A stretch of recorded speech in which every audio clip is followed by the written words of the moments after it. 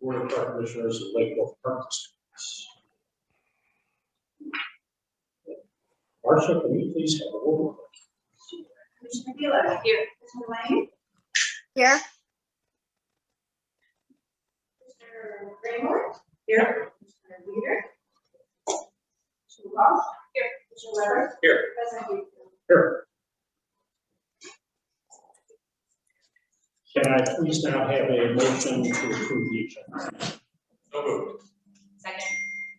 Marcia, roll call. Commissioner Wheeler. Yes. Commissioner Lane. Yes. Greenwood. Yes. Commissioner Walsh. Yes. Commissioner Weber. Yes. President Weaver. Yes. Statement of visitors. I see we have some visitors here tonight. Welcome. Does anyone have any statements they would like to make? Yeah. You would. Now, right now. Thank you. Yes, please. And if you would give us your name. I wrote it down, that's okay. My name is Catherine Petty. Okay, my name is Catherine Petty. I live in the West Coast. And my family's been attending the Lake Pool for 80 years now. Last Tuesday, or Wednesday, I was heartened to see that it was closed. We came at 6:55, minutes before 7. My husband and I work full time, and we can never leave work before 6 p.m. When my husband works downtown, which is opening back up, he can never get home before 6:30 p.m. at the earliest. We have 4 children, 2 of whom cannot swim, and therefore they require constant supervision in the water. The only time we can go as a family is in the evenings. We recently purchased family season passes, which was expensive, and I was led to believe by the terms when I bought the passes before that my family would be able to go to the pool together in evenings as we have for many years. This is a valuable time for us to be together. It's also the only time children can see in the big pool because we had a safe ratio from adults to adults. Due to the pool closing early, I had to pay a babysitter the next day an additional $40 plus her day pass for $10, which is a large expense and may delay to even allow preschoolers to not use the pool at all. Further, as someone who's currently dealing with skin cancer, the evening is absolutely the safest time for you to feel. There are many people in the community who cannot be vaccinated or have other conditions which make the evenings, when you're less crowded, most applicable time to go to the pool. I'm thinking right now to take one diabetic neighbor so she can go out to the pool with the earlier closing time. So I would ask Lake Bluff Park District and pool to reconsider this earlier closing time. I understand it's convenient for everyone not to have those half hour clean breaks during the day, which is great. But as the COVID-19 numbers are going down and everything's opening back up and getting back to normal, closing an hour earlier than our pre-COVID time seems like we're going in the opposite direction. I also don't think it's right that we change the hours after their season passes. So there are a wide variety of reasons why people make. So I would prefer if we could go back to 8 p.m. or the absolute earliest is 7:30 p.m. time during COVID-19.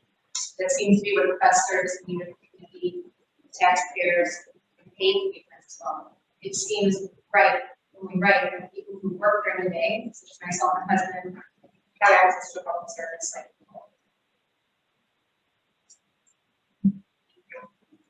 Thank you very much. Normally, we would deal with this we would start to deal with this at the committee level. I don't want to put you off. I don't want to make it sound like we're just, pushing you to the side. Normally, we would deal with this, start with this at the committee level with staff, where everyone could review your request. And I appreciate it if you would like to give your notes there so that we can enter those into the minutes. Then I would like to do that, and I would like to ask, that's facilities and programs, Emily, correct? And if you and staff will take this up and look at the policy and look at what can be done.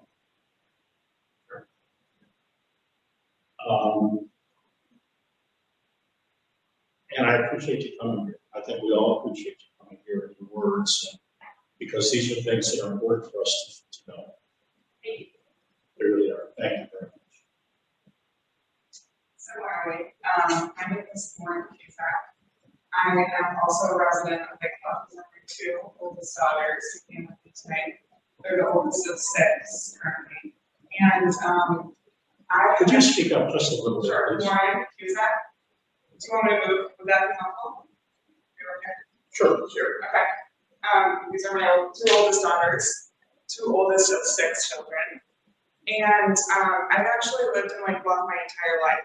So I know what it's like to be able to have access to the pool. That's one of the things that I wanted to talk about as well. We actually did not get pool passes this year, which is really sad after COVID, but it was just too cost prohibitive for a family of 8, quite frankly. We pay a lot of taxes, and this is absolutely a service that we would love to take advantage of. I understand that there has to be some sort of cost, but $450 is just too much for a young family to afford, quite frankly. And we do pay a lot of taxes. So the park district is something that, as I was growing up, was absolutely something we did take advantage of. I would be in the pool all day, every day as a child. And actually, when I was growing up, it was open till 9 p.m. So I also work full time like Catherine. My husband stays home with our kids, and he cannot take all 6 of our kids. Our oldest is just 8, and our 2 youngest, there's twins, they're 2 years old. So he can't be in both roles either. So like Catherine, we would really be able to only take advantage of the pool on the weekends, particularly given the early close. And again, it's just too cost prohibitive for us. So I would love it, and I have had conversations before too. There's other things like the requirement to have nannies or babysitters pay, the fee for a pass. That's also really hard. You're asking someone who's just sitting on the sidelines to pay for a season pass. It seems I understand, like, you don't want people using the pool if they haven't paid, but I think we should also be able to trust our residents a little bit. If they say they're just there to supervise and observe, it would be great. And so I would ask that you reconsider the fees that you're charging for the community for the pool, and also ask that you would consider extending the hours. And actually, one other thing I wanted to just ask is, you guys just did a great job redoing the park. There's only 2 benches. My husband has a bad back, and he can't stand for very long. So, especially in the post-COVID era, a couple more benches would be very much appreciated. Right here, up front. Yeah, you guys did a great job of redoing it, but 2 benches is a little bit too few for the number of kids we hope to see out there. That's all I'm saying. Thank you. Thank you very much. Again, we need to discuss this. I really appreciate it. I think I can speak on behalf of everyone here. We really appreciate you coming and taking the time to let us know what's going on. Have you signed in? I can sign it, and then you can email us. Okay. Then we will have staff review that. I can't promise. So I don't want to say one way or another, but we certainly can look at that. We can look at it at committee level, and staff will look at it certainly. And the issue about benches is something. You won't know unless we talk about it, so just wanted to raise it. No, absolutely. Now, are all the kids girls? No, they're split, 50-50. We've got 3 girls and 2 boys. Yeah. So we will do that, and we can communicate directly with you, and then we'll also be communicating through our meetings. So, stay in touch, and we'll certainly work on these issues, because they're important issues to deal with. Yeah, absolutely. Thank you so much. Thank you very much. Anyone else? George? No comments. Welcome back. Hope everything is okay.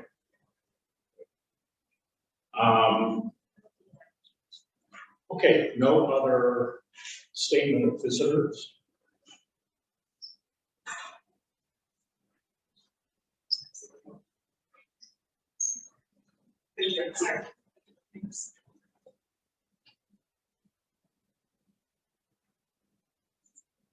Verbal communication staff.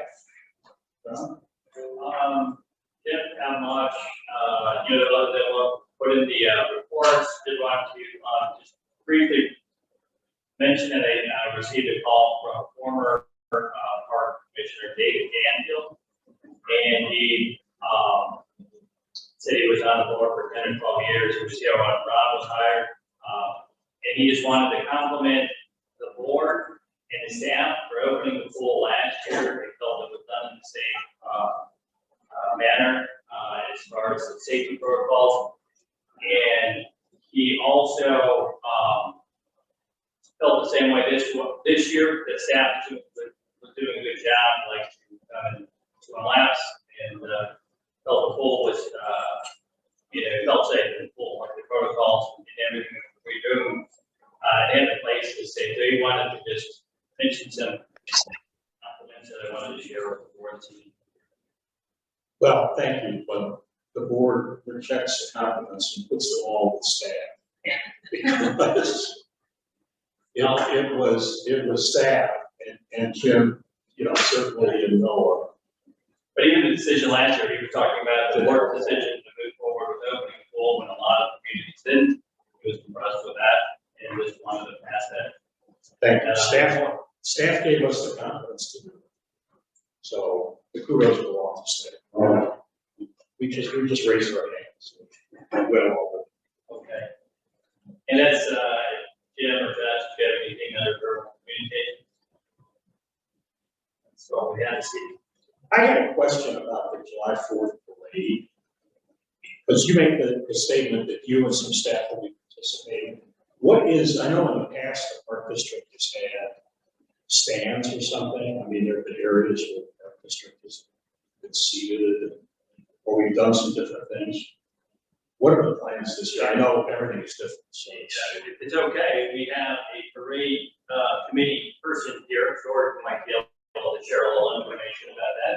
I know we have a float for and maybe the ATV for the park district, but I'm not sure. There's not planned seating or anything along the route, is there, George? No, there are no grandstands of any sort along the route. The route has been expanded to 3.2 miles rather than the 1.2 miles that is traditionally held. That was the only way we were going to get permit from the village to have the parade this year. Because of the COVID concerns, up to 2 months ago, we thought we were going to do it all. As everyone's aware, things are rapidly improving, at least in this country, with COVID, and are going to have a 30-unit driving parade, all vehicles. We decided not to have walkers because of the length of the parade. And I'm hoping that everyone by now has received a parade book with the details of the parade. little flag. Anyone in the village. So we still think it'll be a very entertaining parade. We have about 8 musical groups on floats. The vehicles are all going to drive 3 miles an hour, so with essentially be a walking pace.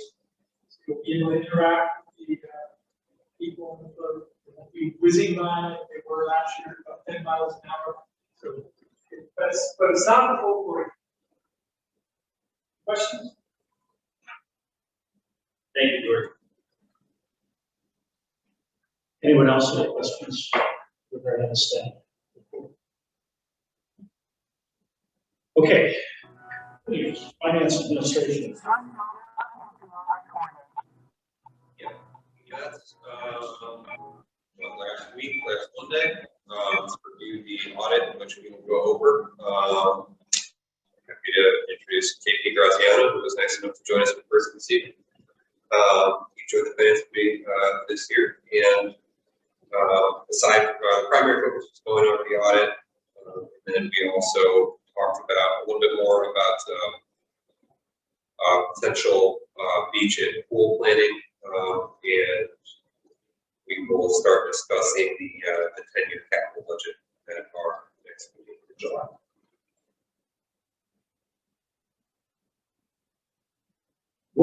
And you're presumably working towards getting those numbers. I mean, we talked about the pool and the beach, getting the numbers. What, if anything, can be internally generated? Correct. We're Yes. working toward, that was more of a preliminary discussion, given the timeliness of the Piper Sandler meeting that we had a couple weeks prior. But you know, we're working to present a recommendation to the board at one of the other meetings.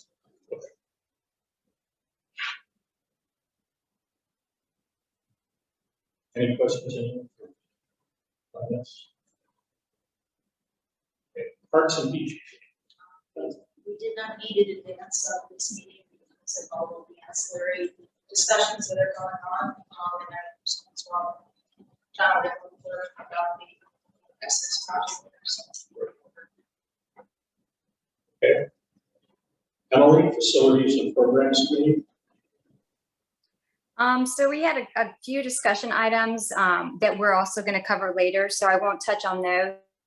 One was the COVID update, and then we also talked about other revenue sources, and our committee group really wanted to push forward with doing sponsorship, because with the staff, they had mentioned in the past, the boards weren't in favor of them, and as a committee, we recommend having the staff look into sponsorship as that other source of revenue. We also reviewed the master capital plan and really didn't have any, we didn't have any issues or saw like anything that was a problem. We agreed with it. The only comment I remember was Anne mentioning the beach playground and just making sure that we had a plan before it's removed. So, and that's on the master capital plan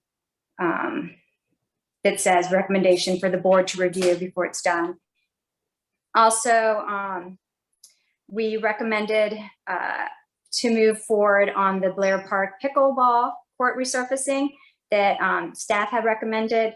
We're going to also discuss that later. And we also asked staff to advertise for the citizen committee position that's open for our committee. I think, John, did you guys get started on that? Yes, we haven't put it out yet, but we're putting that information together, so that'll go out this week. Okay, great. And then the last thing is developing committee goals. So that's kind of the, we talked about that. We're going to just bring it together at the next meeting, which is scheduled for July 22nd. And that's it. That's what we discussed. Any questions?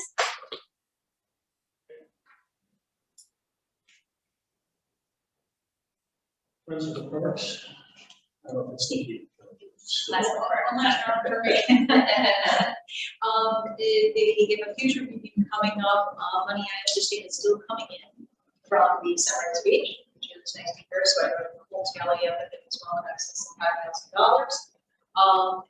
Everybody keep on your calendars. There is the wine tasting event down at the beach to raise money for the beach. Dogs are invited with an appropriate tag, and then it's on July 8th, Thursday. So Josh Morgan from Lake Bluff Wines is going to be giving a sample of about 5 different summer wines, and then also giving the wines, the Lake Bluff wines, available for sale, and again, those proceeds come back to the park district. July 8th, John. The pickleball tournament, well, they're involved as a fundraising. Oh, that's right, pickleball tournament. Oh, and also very good at that. I understand that registration is going extremely well on that. Okay. Which is really good, and I'm hearing from a lot of folks who play pickle in the area that they want to come get a donation jar here because they're feeling as they really want to keep this going and make the funding of this going.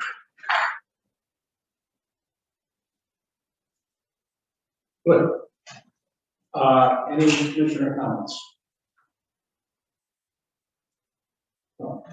President's report. tomorrow, John, Regis, Charlo, and Drew and I are meeting, and we're going to discuss several issues related to the Park District, including the Northfield Water Reclamation District project, which was brought up at the last meeting of the committee of the whole. And so we have nothing to report on that, as I don't know if you have anything updated on that, John. People will know what tomorrow. But we'll know more tomorrow. We'll be following up on that and find out more of what's going on, when it's going to go on, and the impact it will have. So we're going to be doing that. Will a representative from North Shore Water be there as well? No, this is just between the village and the park district. So, and I imagine, it wouldn't surprise me if the village had similar concerns to what we have.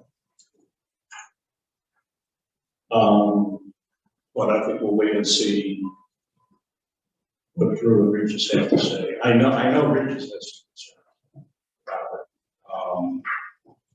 But we'll just see what comes out of that. And then we'll have a report for everyone shortly afterwards. With the only preliminary information to match up ours, that we can plan on doing some more patching of the roadway at this point, sooner rather than later. So, as we move ahead with that, I'm not sure if I've seen when, but that was, we received an email from Drew about that, so. We were just on the road, the road down yesterday.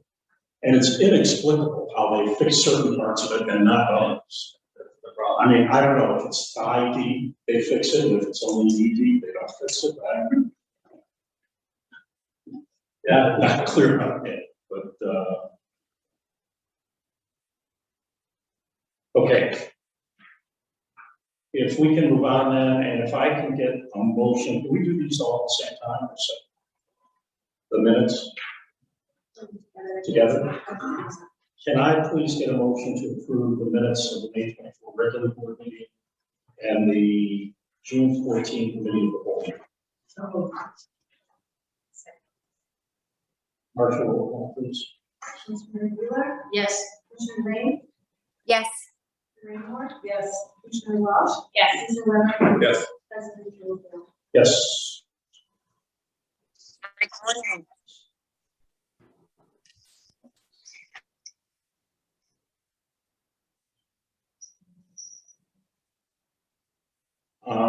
Consent agenda.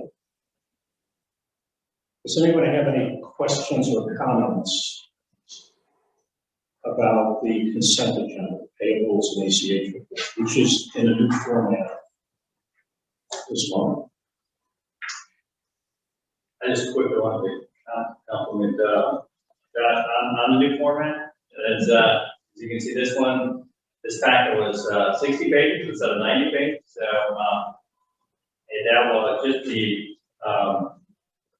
this is really pared it down, made it easier to read, and it reduced the size of the packet for you to go through. So, and that was a good change.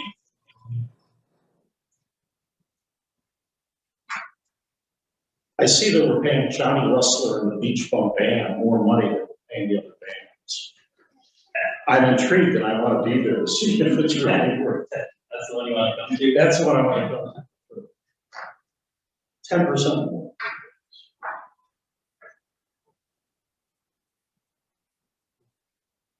I had no questions on this. Anyone else?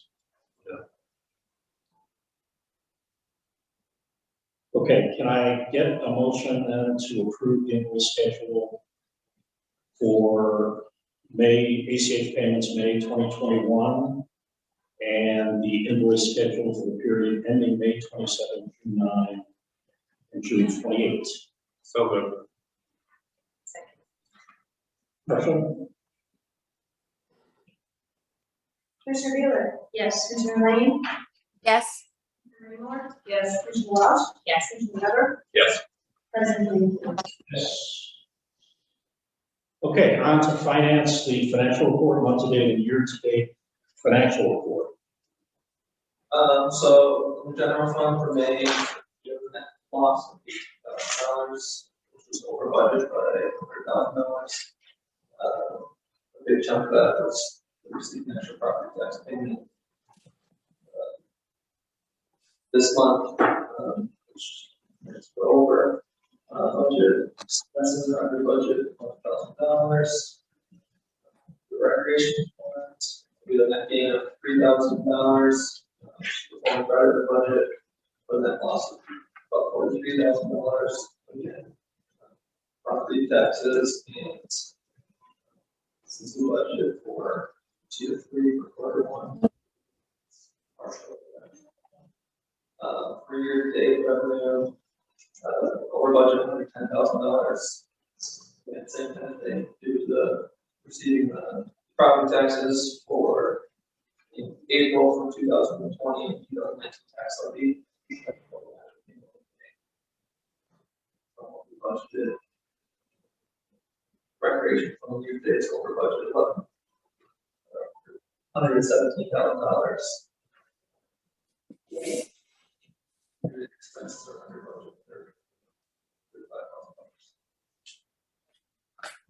Questions? I have some. Jennifer, you want to start? So Jennifer told me she had questions. You know, again, Josh, I go back to my comments earlier that the problem is we don't, you know, taxes come in early. Yeah. And how do we know where we really stand? How can we get rid of that effect?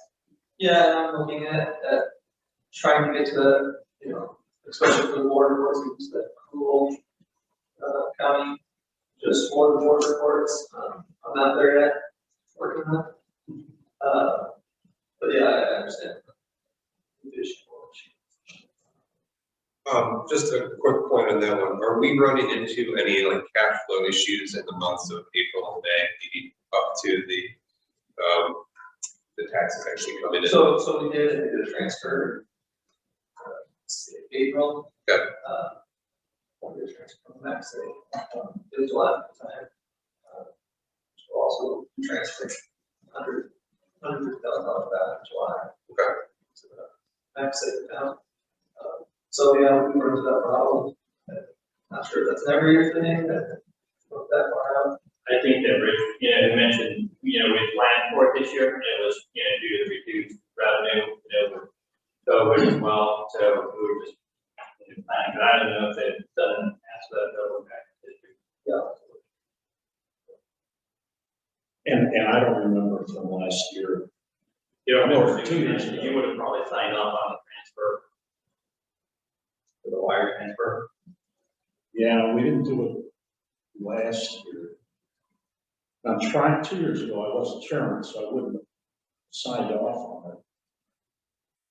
I mean, we only started at the end of May, so we have to go back to the records and see. In the winter, spring, if you want me to, it does get a little tight at times, I think it's not to. For probably next year too, I would say. Our capital expenses. You just hit on that real quick, that's a low revenue time of the year for programming for the recreation fund, and then it's, on top of that, so, you know, it was down even more this year. Right, and it's, you know, if we take in revenue from taxes in June, then again in September, and yes, we have rolling capital, rolling fees that come in, but we make the majority of our debt payments in January. Is that right? Good chunk of them? Correct, yeah. January and June. Okay, June ones then, Most of yeah, the well, interest, so Okay. December. January. right, so I guess that's my question, you know, if those all hit in January, then we kind of have this like 4 to 5 month kind of gap where we might be running a little bit tight, so, Yeah. you know, yeah, I guess it's probably something to just kind of keep an eye on. Yeah, the I next couple of years. have a cash flow Excel sheet. I haven't been all the way to next year yet, almost there. That's something. Okay. Now, you know, I see that the health and fitness and racket sports are under budget. is this, and again, we look better because we receive tax money. But, you know, are the health and fitness and racket, I mean, are any of the programs, some of the programs are over budget, which looks great. Are any of the programs, you know, are we looking at potential problems with any of these programs? What I would just touch on quickly, and the fitness really didn't come back strongly, we're in the worst time of the year for fitness, because there's, in summer, so that's gonna be a slow time. And I turn that over to Jim, if you have any additional comments about that. Just the industry, even Parks and Rec and the regular industry, everyone is underperforming for health and fitness. And now it's summer, so the challenge is everybody's outside. So, we really need to focus on the fall and winter and really pushing memberships to come back. So we are seeing a little bit of an uptick on usage. So hopefully the phase 5 will bring back some of the clientele that didn't want to come in because of the phase 5. Yeah, we just feel like comfort level's not quite there yet with indoor programming. Is with the outdoor stuff, so we're hoping is that, the trends hopefully keep going in the positive direction. COVID, it will be more and more of a comfort level of people coming back and starting to use this. And I think racket sports, that'll bounce back. We actually started a little later with the tennis program. So we were 2 weeks later than we usually are for the tennis. We didn't have instructors, so it was kind of a challenge to find the instructors to do. We had somebody in mind, but unfortunately they could start 2 more weeks. So we'll catch up on that revenue, right? It's basically break even probably by the time of the fall. And you should see, that's probably the only other program that's going to be right there at break even. All the other programs are overperforming. Some are overperforming from 2019, which was the best year that we had in almost every category for programs. Preschool, we're almost full preschool already. And that's a 5th classroom. So we should catch up with revenue that we lost for preschool in Q1. Yeah, preschool and camp, great. Camps is, right now, camps is right where it was in 2019. Right where it was. Both with participation and with revenue. And I believe, and that's even with the increases that we had to give for the new regulations and hourly wages. So we had quite a few of those, both in the aquatics as well as in camps. But we feel pretty strong in camps. How have salaries gone? We're all reading about shortage of labor and so on, and salaries have increased. Have you seen any hesitation at the salary levels we typically pay? It's been a challenge. Honestly, hiring, we hired this year, being here, I have not been hit up by so many young employees coming to us saying that they could get paid more to go somewhere else. And this was a challenge this year with all areas. And so we ended up having to pay more this year just to be competitive. They're willing to go elsewhere. I think what gave us a little bit of some breathing room is the fact that we hired early. We hired all these young folks last year because we were hoping for business where a lot of park districts weren't. So there were several park districts that are, Mountain Beach is closed Monday through Thursday. They don't have enough lifeguards. They're 40 short. They're Dundee Township. There's just a long list. I shared an article with the executive dealer that just all these park districts really suffered this year, starting off trying to hire mainly lifeguards, but counselors are the other one that we actually had a conversation today about it that we were concerned about. So we need to get ahead of the game, retain those employees for next year, because our camps are full and people come back. It's a quality program.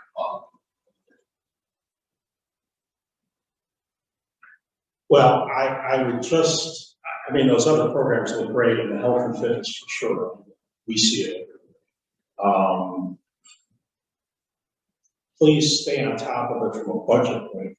I mean, if we're $2,000 under budget, okay, fine. No one's gonna get too upset about that. But if we start seeing some material differences, then we ought to be apprised of those as early as possible. And of course, we're still faced with a situation where, you know, they talk about the Delta variant, potential increase in cases. We're still not out of the woods. I mean, we all wish we were, but I think we have to be particularly careful about that this year. So if, you know, we make sure that we're on top of this thing. Yes, Sunrise Park and Beach is below their budgeted admissions. Revenue. What page are you looking at? 29.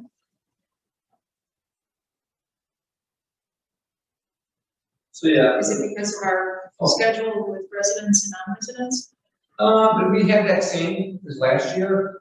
So this would be because we didn't start collecting fees until later in the month of May. Remember last year we actually started collecting fees. I think it was last week of April moving into fall.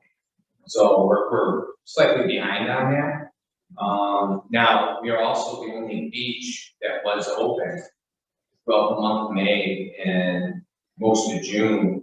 Well, we were open all the way from May through Labor Day, where other beaches didn't even open up until July 4th weekend. So we probably had more non-residents coming, I mean, that's where we get our fees in addition, probably coming in to our beach versus any other beach. But we're still non-residents permitted during the day, right? With 3 p.m. And, you know, that's a board decision, whether we change that. It was the board that decided that. We don't full capacity nowadays. We have full capacity. Yes. I don't know if that's something we may want to revisit to try. Yeah, I think so. Get our numbers better. Sure. I also have noticed, I have walked by there again recently, and I noticed it less, but there are people sneaking down the hill over near South Beach, like, because there's, if you look in the bluff, there's like tribal patterns, so I think perhaps the non-residents are going down anyway when they hear that they can't go down, so why not collect money from them, rather than having them sneak their ways down the bluff. Yeah, I'll check.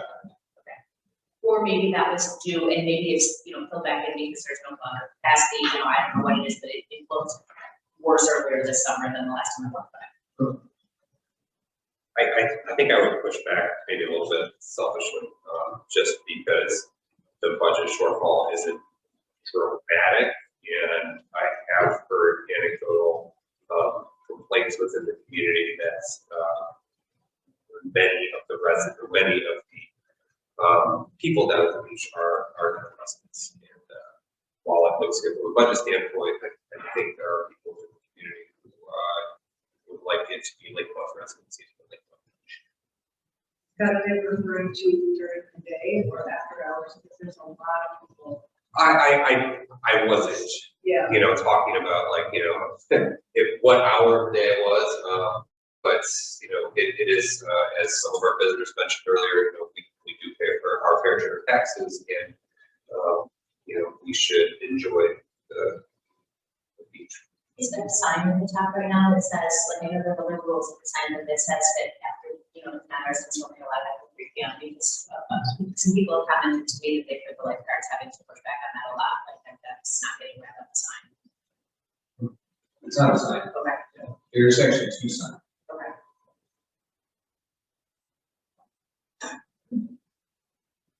So right now residents are daily until 3, after 3 weekdays, non-residents can pay. And then on weekends, it's anybody open. So, yeah, residents can come down anytime. There's no restrictions on residents. 3 p.m. for non-residents, 7 days a week. Oh, every day. Yeah. Well, perhaps this is something that your committee should look at and see if we should take a new look at the policy. the non-resident policy. I'm sure that the people who live along the roads there where visitors are parking would be delighted to keep non-residents out.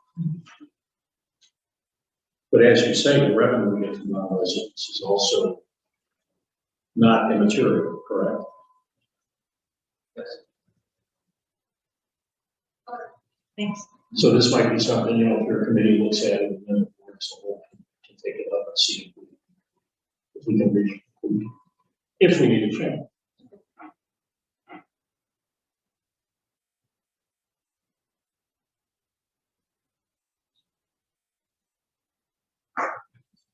Josh, I just had a question now. Again, this is also on page 29.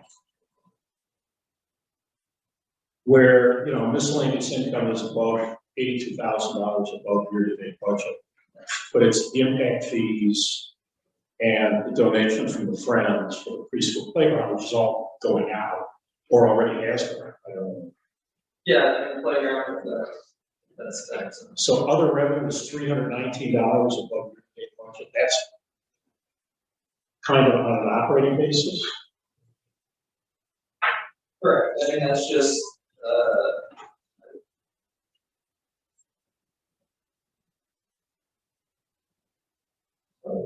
include.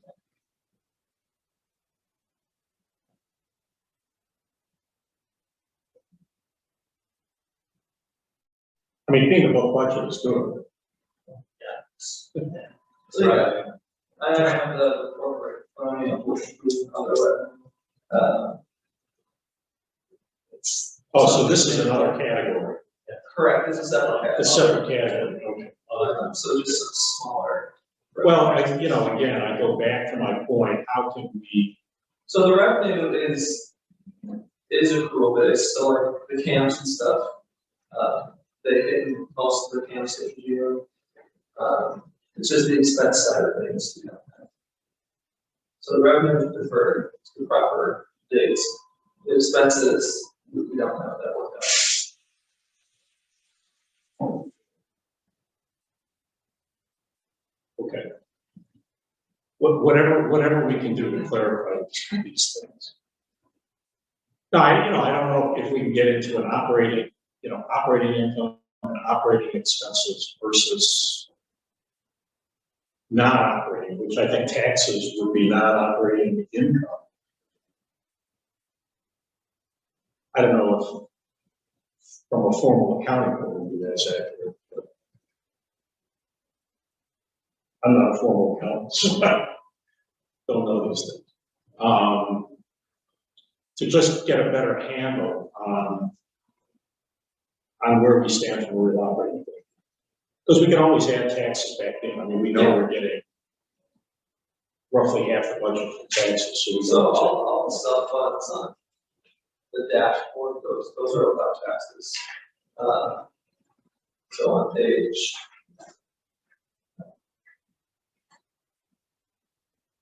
So on page 35, the other ones and so rec sub funds, those are all without taxes, except for the admin. That's for the tax. The tax going for a general fund or rec admin fund.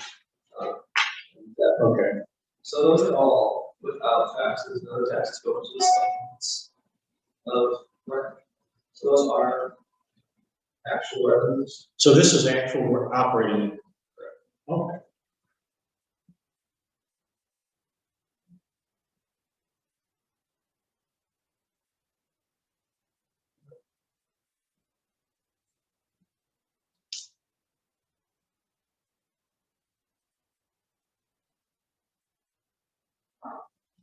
Any other questions on the financials?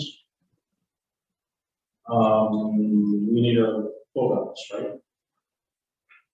Can I please get a motion to accept the month-to-date, year-to-date financial? So moved. Second. Partial roll. Commissioner Bueller. Yes. Commissioner Whiting. Yes. Commissioner Whitmore. Yes. Commissioner Welch. Yes. Commissioner Leonard. Yes. President. Yes. Okay, purchase cards. Any questions about these?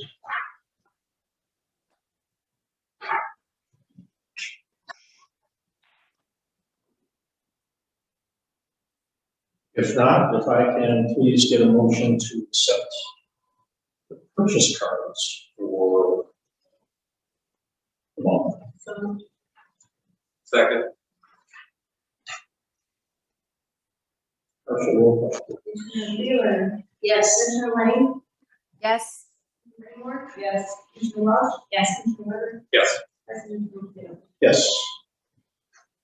Okay, on to new business and action items. And the first thing is the audit report for the year ending December 31, 2020.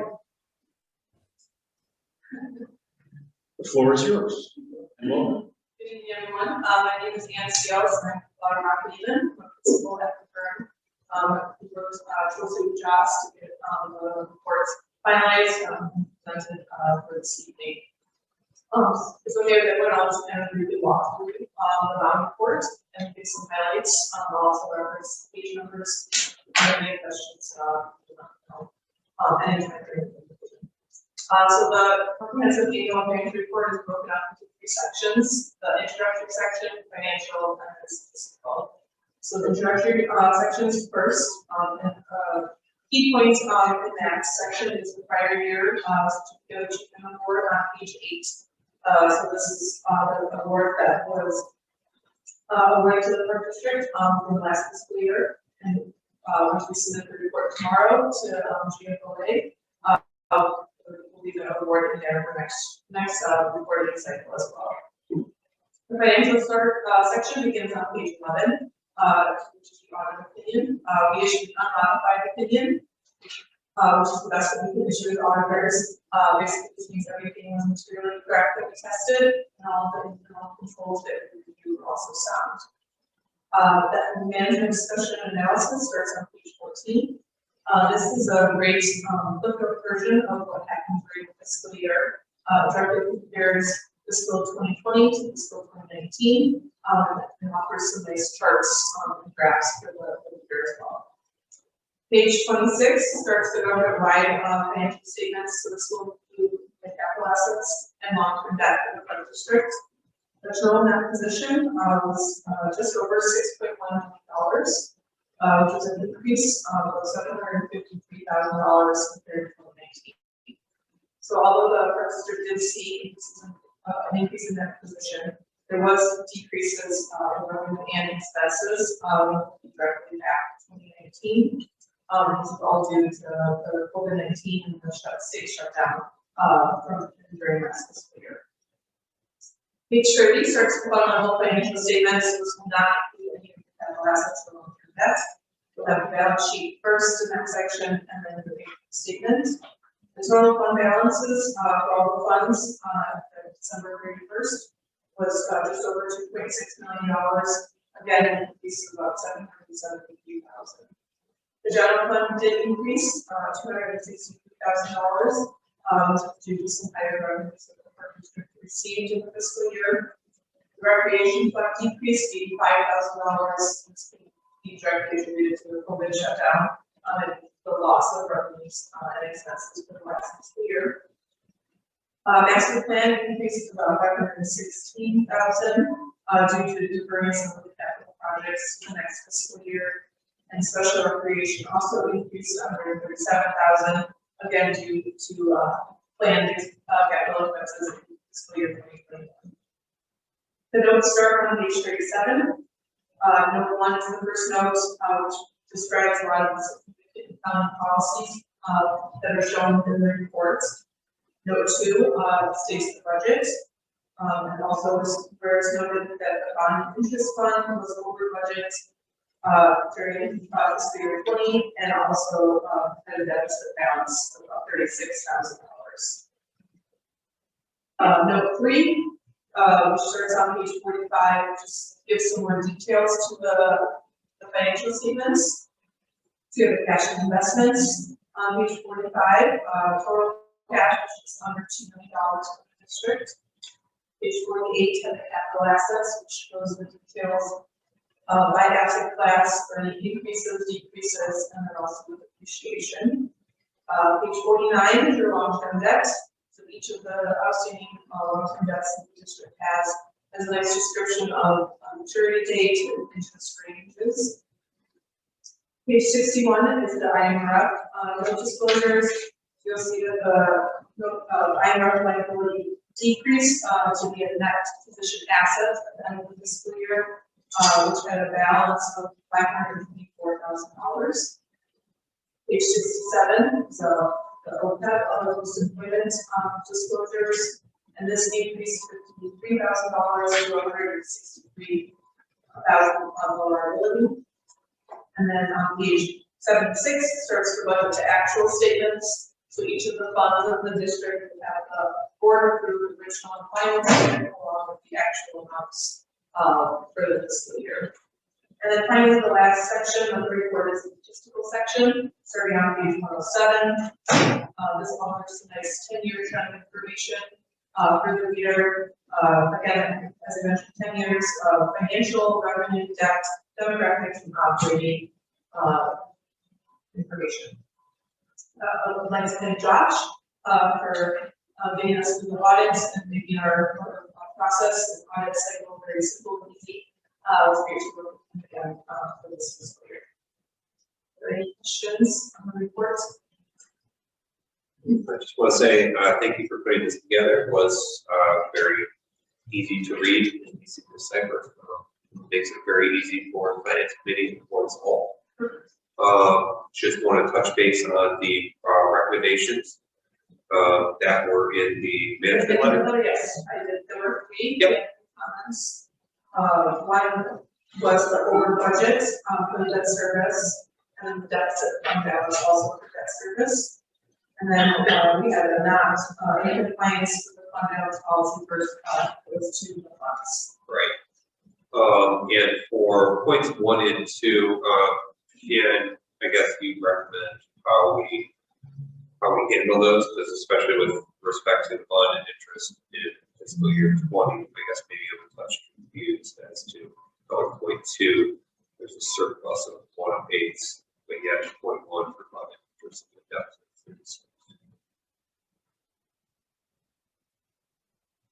So the funds, the bond interest fund was over budget by 6,000. And then the deficit fund balance, was over, funds over budget was 108,000. Right. And then the deficit of 36. Right. But yeah, they're in the same, it's the same line item in the same year. So the over budget was the bonds taken out in 2020. Yeah. Budget for those. So that payment made with that over budget expense is from that expense. The refunding of the debt. Correct.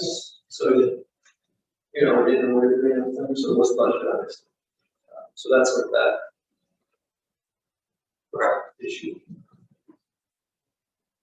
Wait, what was that again? So one of the 2020 payments that we made, since we refinanced, I think it was from refinance, in 2020, it wasn't budgeted for the 2020. In the 2020 budget. So back in 2019, it was included in the budget. So when it was done, Yes. Why it became my budget. And it was just as simple as me reading, which happens quite frequently, actual versus reading. And with point 3, just to kind of put a bow on this, with respect to the 2020 line item, it's the fund balance that is showing, I guess, a deficit of 25% policy. And judging by those numbers, I would presume that's the COVID related. Yes, for the recreation. We showed, I think it was a $77,000 loss to budget. So while we weren't at quite the 25% barrier that we shoot for, we were within a margin of error. Being in $129,000, under the 25% barrier.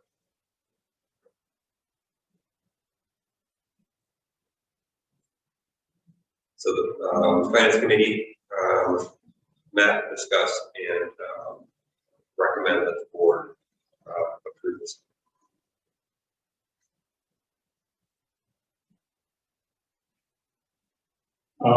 Fine, I would like to thank you. I think, you know, your firm, I've gone through 3 of these now. I think your firm does a very good job.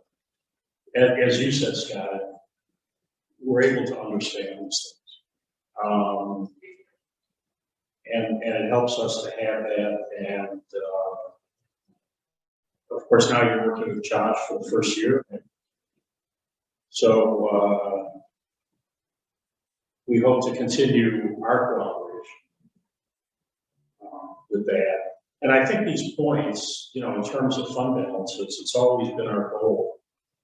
Because we've been under the 25% balance for several years. This really doesn't have anything to do with the audit per se, it's the books. So I don't want to get into it too much now. But I think it's important that, you know, it's in the management letter. And I think it's important that we keep focused on that goal of getting our fund balances back to where they really, the minimum. Because 25% is considered the minimum and not a maximum. So as, you know, we continue our ongoing discussions, I think we should keep that in mind. All right, can I then get a motion to approve the audit report for fiscal year ending December 31, 2020? So Second, Wheeler? Marshall, roll call, please. Commissioner Wheeler? Yes. Commissioner Lane? Yes. Commissioner Whitmore? Yes. Commissioner Welch? Yes. Commissioner Weber? Yes. President Hughes? Yes. Okay, administrative policy manual, the authorization for check sign. You want to? Yes.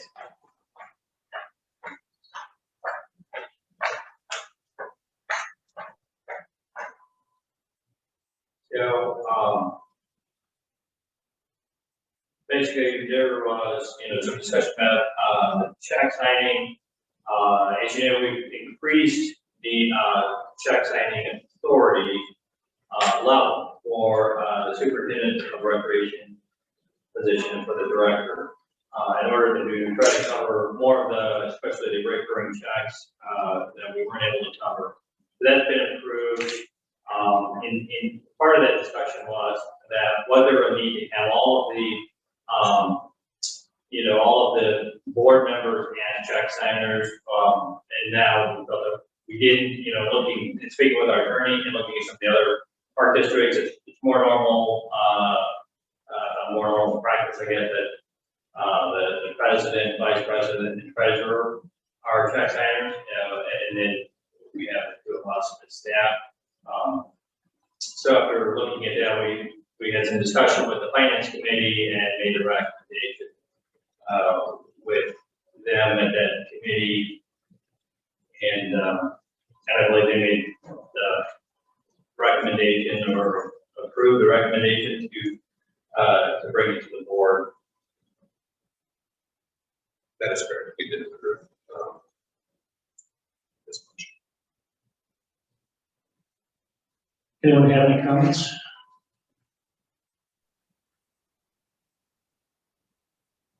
I mean, in practice, there never needed to be too many people around to sign checks. So it's really, you know, 2 of us are needed, potentially. Correct. But that's very rare. Right. It's most of the checks are all, or it's bigger projects or things like that now that are over, you know, over the threshold for staff to be able to sign for us. So it's not going to be as often. And the problem with, you know, as we've been through before, every time we have new check signer come on board, everybody's got to, you know, it takes quite a while to get all the forms from the bank. It's all taken through from, you know, 7 plus 2 staff and then, you know, get it back from the bank. So I think with, you know, the 3 plus 2 is going to be a little bit more efficient. I don't think we have any problems with getting the signatures that we need for checks. Okay. All right, can I please get a motion to approve the section 6.3 authorization for check signing as presented in the memorandum. So moved. Second. By the roll call. Commissioner Taylor? Yes. Commissioner Lane? Yes. Raymore? Yes. Commissioner Walsh? Yes. Commissioner Weber? Yes. President Green? Yes. Okay, Blair Park pickleball court resurfacing project. Okay, just a quick, a brief update. As you can see the memo there, we did have a bid opening on June 17th held in this room. We received 3 bids, 3 sealed bids that were open that day. The low bidder is the contractor that did the tennis courts at Artesian Park 2016. So staff has had some experience in working with them and spoke favorably of their work. And so this was one, again, I believe we spoke with the facilities and programming committee, and I believe that they were comfortable in recommending that to this board that we accept the low, accept and award the low bid to Evans and Sons. Move forward with the project, and I don't know if Commissioner Lane has any other comments from the committee. Emily? Sorry, it's actually really hard to hear you guys. I don't know if anybody's mentioned that. But yes, our committee voted and agreed that to recommend approving it. Again, they, like John said, we've used them to do the artesian courts, and they're great. And so we have that relationship, and they're also the lower bidder, and we're still receiving the same apples to apples compared to the other bidders, but at a better price, about $25,000 lower, which is pretty good.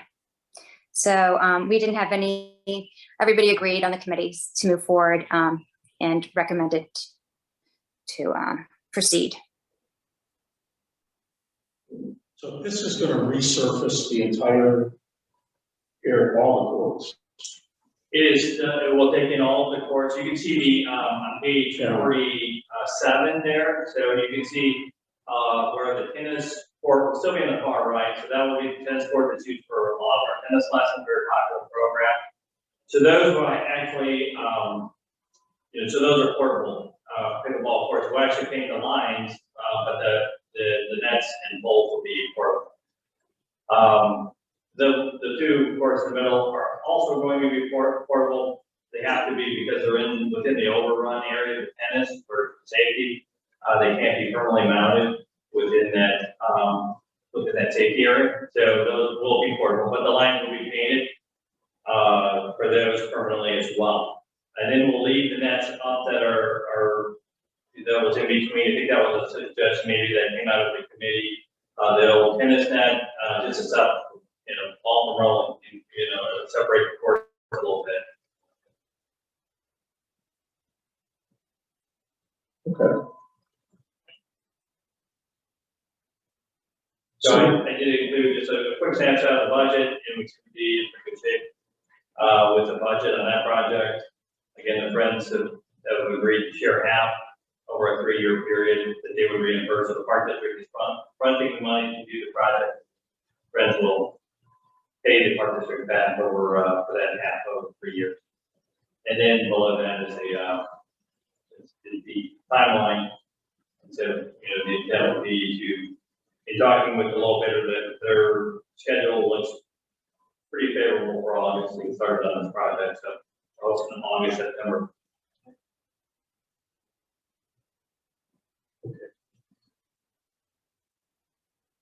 Good. So we're adding 6 pickleball potential. Correct. We'll play 6 at a time, which is ideal. Talking with the league for both leagues and for. That's great. I think the pickleball players will love this. And there are a lot of them. I've seen a lot of them. Getting very popular. Yeah. All right, good. Comments, questions, anyone? We'd just like to see this promoted.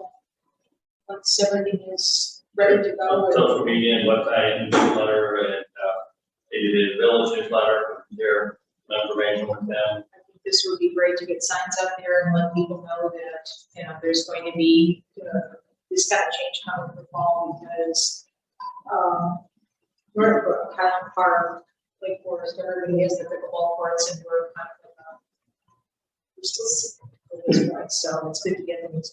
See pictures of all ages playing on the new courts too, because I know there's some perception that it's still, you know, primarily older person sport, but it's become hugely popular among all ages.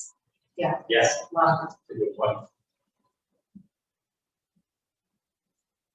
Now, when do we move the doors with pickleball? The only problem, they're not done till. Which is a shame. Jim, we have when does fall inside?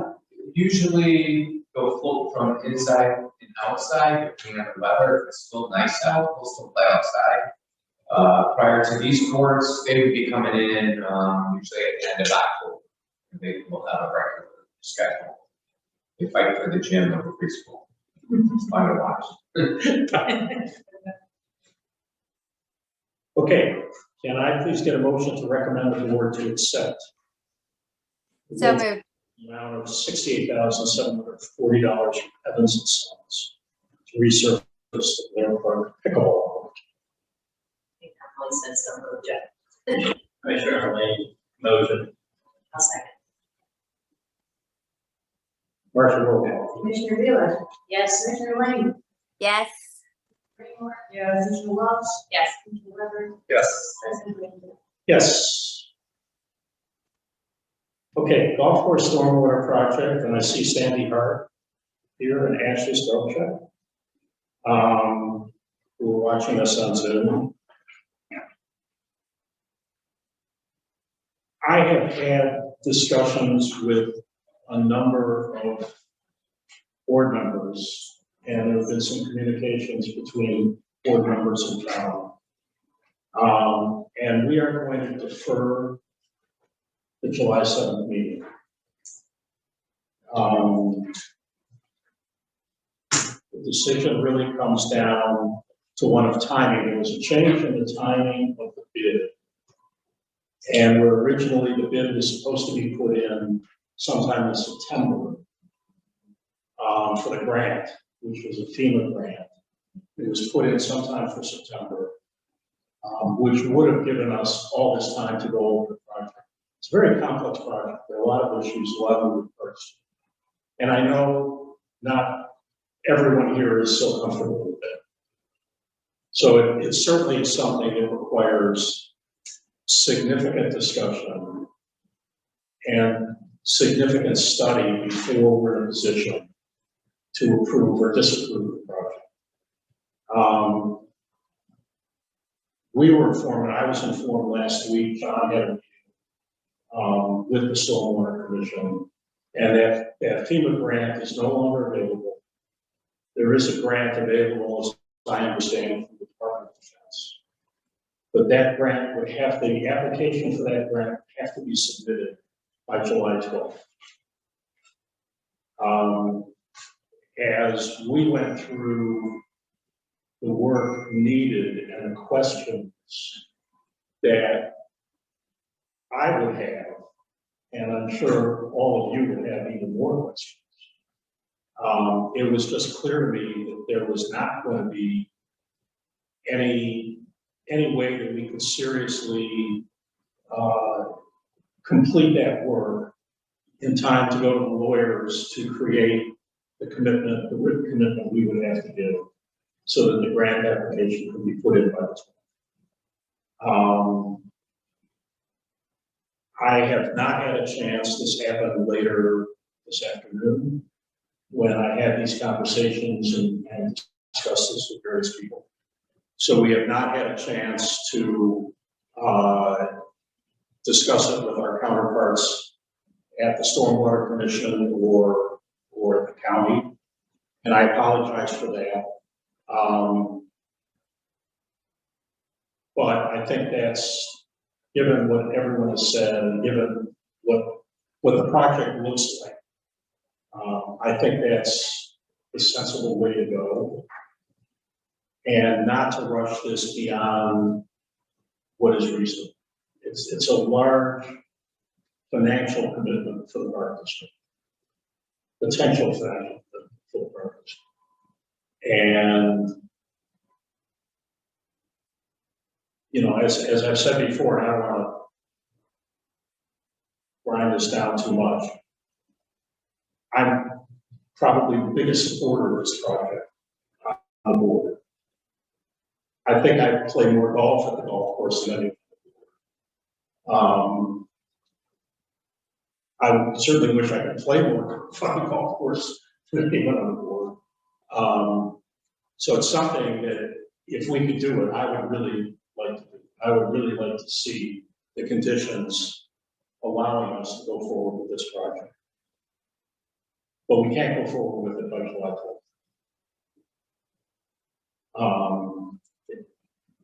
So the plan would be to work on these things and to talk to the people in the county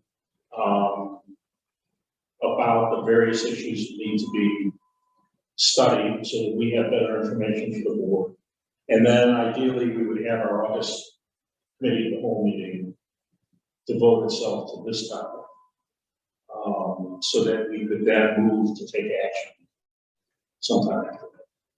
Is the FEMA grant no longer available because it's an annual thing and once it's been completed, or are we anticipating that that will come back in the future? Just to clarify, they said it was still available, and I believe the change was that it was now $1 million max instead of a higher, you know, originally they were looking at like a $7 million amount for this project. So they were, I think it was, you know, the guidelines and, you know, on the grant itself, they were looking to do smaller grants, so $1 million. And so they found this DOD grant that can also work, but it had an accelerated timeline, you know, and submission date for the grant.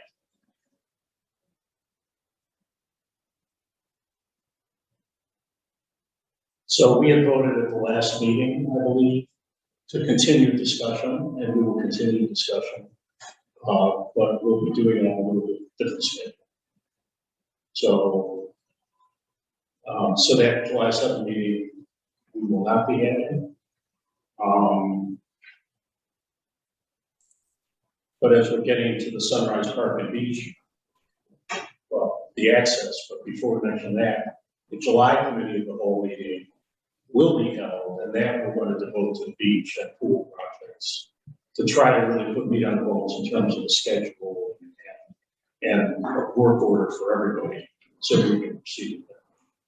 Since the FEMA's now got a cap of $1 million and there's no longer the Department of Defense, what are the options for the grants after that we're going to talk about now? I'm sorry to interrupt, but do you allow public comment at this time on items on the agenda?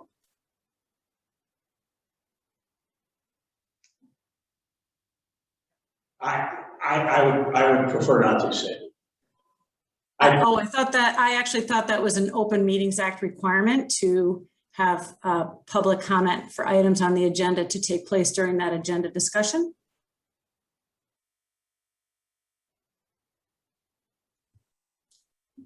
Because there is ARPA money and about $30 million. So if I could have a moment to speak on this agenda item, I'd be very grateful. No, I understand, Sandy. I think we wanted to move on with the business. We did not want or really have the time tonight to devote to the golf course project.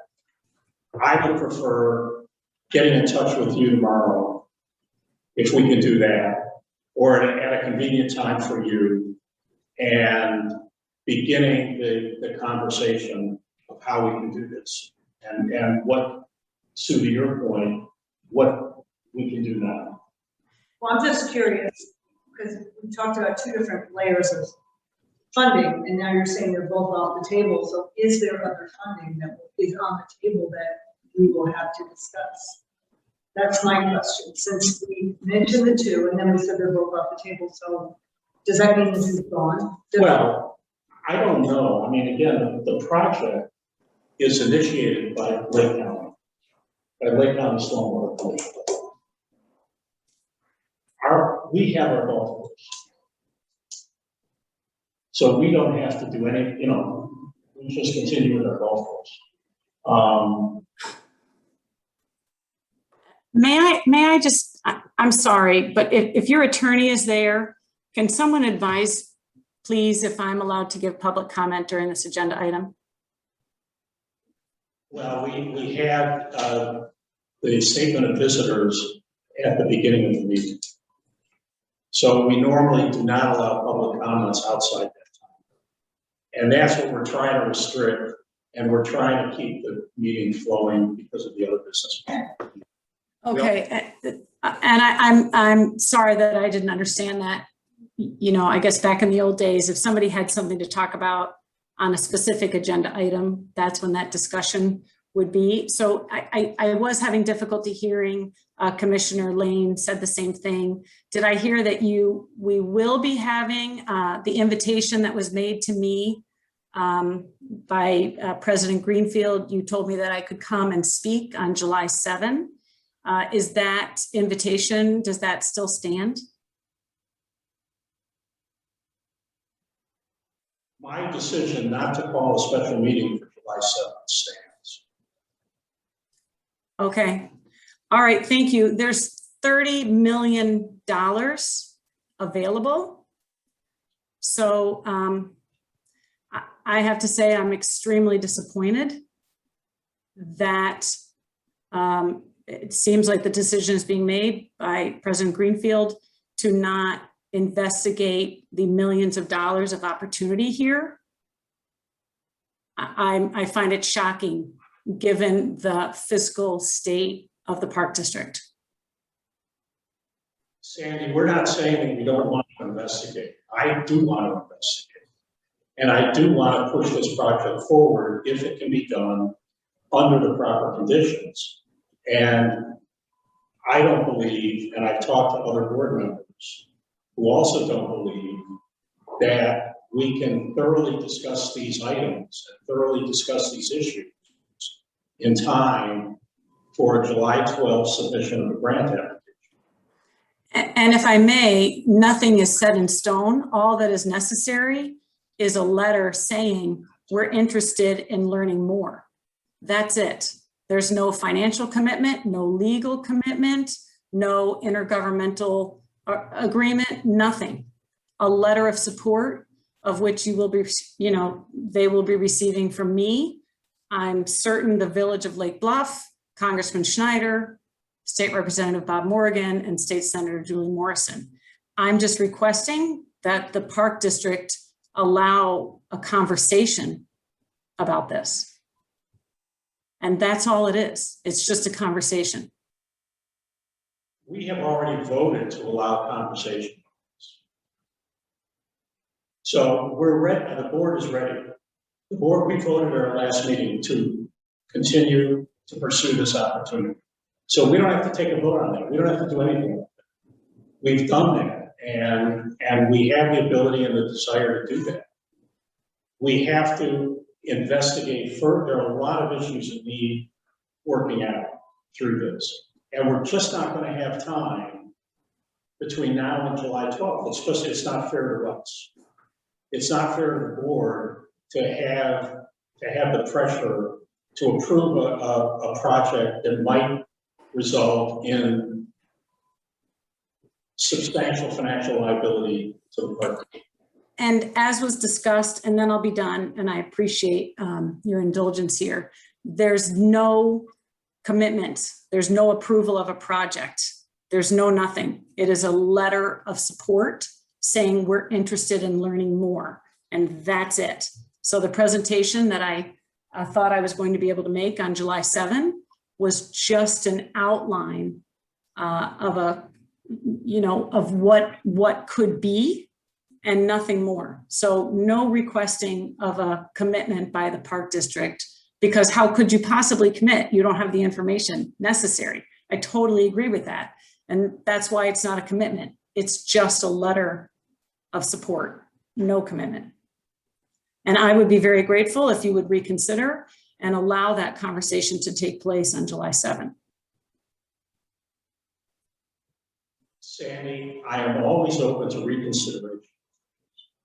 But I don't think this is a time or place to do it. And I would rather have this conversation tomorrow or the day after tomorrow at your convenience, where we can have a couple of people present to discuss this with you, to see if there's something that will change our minds about how we proceed. I'm absolutely open to doing it. Okay, the reason why I wanted it at a board meeting is I would think you would need consensus from your board. So thank you. To discussing this issue, and we can't afford to do that.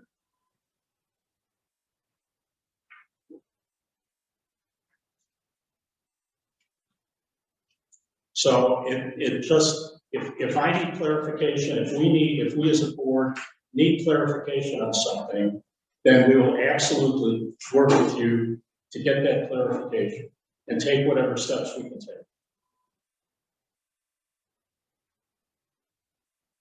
I guess I was hoping to give that clarification on July 7 before your entire board for open and transparent deliberation for the public.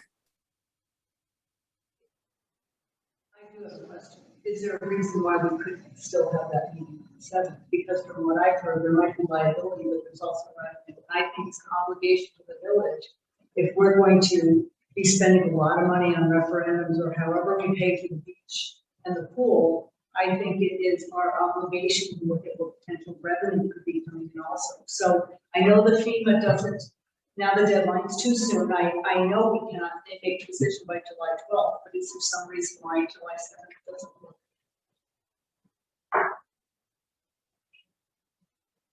The purpose of the July 7th meeting, and the reason why I called it the July 7th, even though we have a whole meeting a few days after that, was because of this July 12th deadline for the Park District to put together a letter of support for this project. Does the letter of support mean we need to move forward with the project if it goes? Or could we just apply for the grant and make our decision? And if we get the grant, we don't get the grant, and then make the decision after that. Nikki, I think that's an issue. And I personally have a concern, which I've already voiced to Sam in a telephone conversation, that I don't like the idea of signing a letter supporting something which we will then come back and say, sorry, we really don't support it. Now, that doesn't mean that it perhaps can't be done or that there would be anything illegal in doing it. But I don't see why, if we are to make a decision on this, and we may, I don't know which way the decision's gonna go. As I said, I'd love to have it involved. So I think that'd be great. And I think it'd be great for the community. But I think we have to have the time to review all of the issues. And to me, we need to make a decision once we've had that opportunity, to look at all the issues, discuss all the issues. And there are a lot of them. Because I put some down on paper already, Jennifer's seen, and John has seen, and it's not a short list. Could we frame the letter of support that this is something that we're still discussing? Like, would that be, frame the letter? We are discussing it, where, there's some amount of support behind it, whether it's everyone supporting it or not. I don't even know that I'm in full support of it because I don't have enough facts either. Well, but I'd be willing to explore it further and put something like that together. And I think it's where the issue lies, is that we have to put together a formal letter with receiving information on the side and not knowing where the discussion is going to go, but knowing that we have less than 5 days to craft a letter of support and have that deadline there. I've been discussing this with Paul and here and so forth. It's really, can we make comprehensive and rational support letter by that point, or how much information do we need? And the concern is that if we don't have sufficient time, is it really going to be, can we even put together that letters? So I understand Ms. Hart's request to be able to relay this information. We obviously need this information. The problem is that as a board, are we going to be able to be prudent and be fiscally responsible to be able to put together appropriate letters within a very, very short term? So if your comment is good, what else is out there? We need to be able to look at this. And hopefully we can shut it doors. I mean, we can hold the meeting July 7th. That's not the problem. If we have a quorum, we can hold the meeting. But it doesn't, as Jennifer just said, it doesn't give us, to me, it doesn't give us enough time. We're gonna sit in a meeting, it's gonna be 5 hours. If that, to get all the information and to be able to ask the questions, analyze, I think we need to have time to analyze it. Because, you know, you're presented with papers and numbers and so on. And I think most of us prefer to go home and quietly, you know, look at what we've been presented with. And then we're gonna have questions that we come back with and so on and so forth. And it's not an hour and a half or 2 hour exercise. Now, if it's a really bland, plain vanilla, sure, we support the project. You know, we think it's a good project.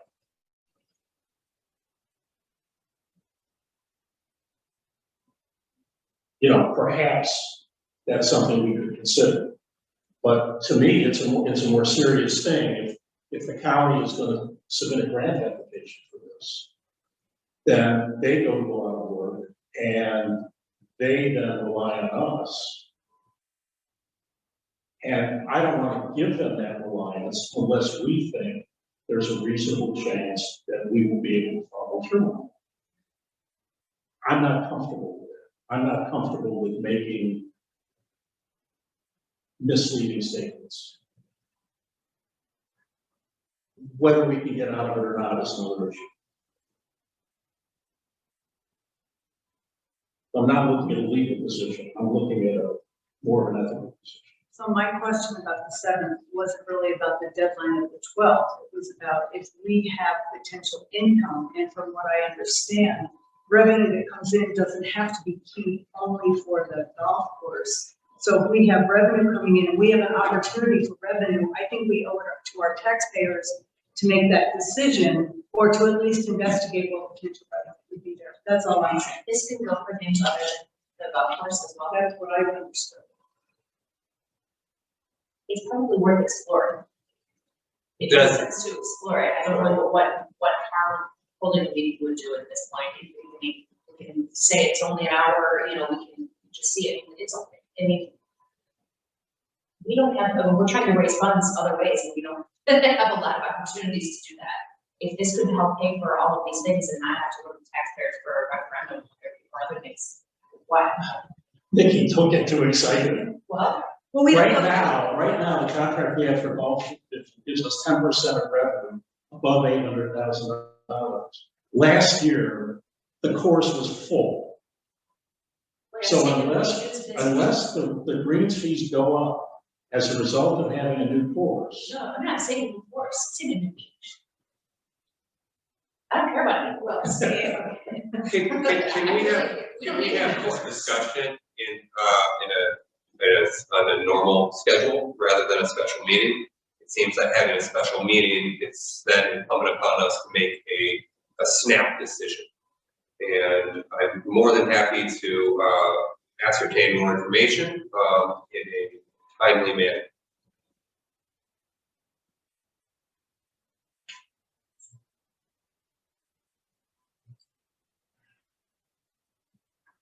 But if we have a July 12th commitment date, that would necessitate getting the meeting at that time and some sort of decision. So if we need information, we need to be able to discuss this. We're just saying it's extremely short. So it's either we have a special meeting to be able to discuss this, or we don't. Why do we need to have a special meeting? Why do we not just forego a special meeting, forego the FEMA grant and learn more information at a future date in order to make a thoughtful, rational decision for our community.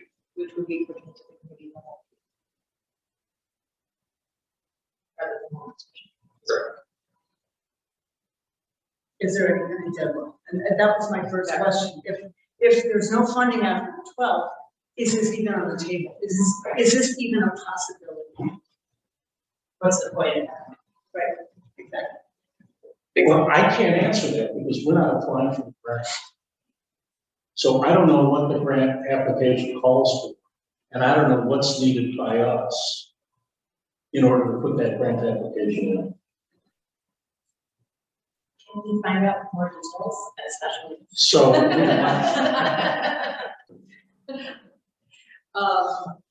so if it's possible for a grant to be, again, we're not putting the grant in.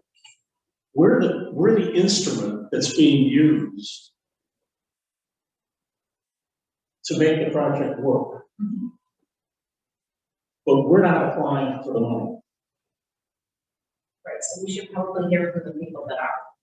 So I can't say whether, if we don't give them a letter of support, they can or cannot apply for the grant. I can't say what the other opportunities are. We were told that we would have a FEMA grant, that FEMA had $9.7 million for this project. And that the application for the grant was due in September.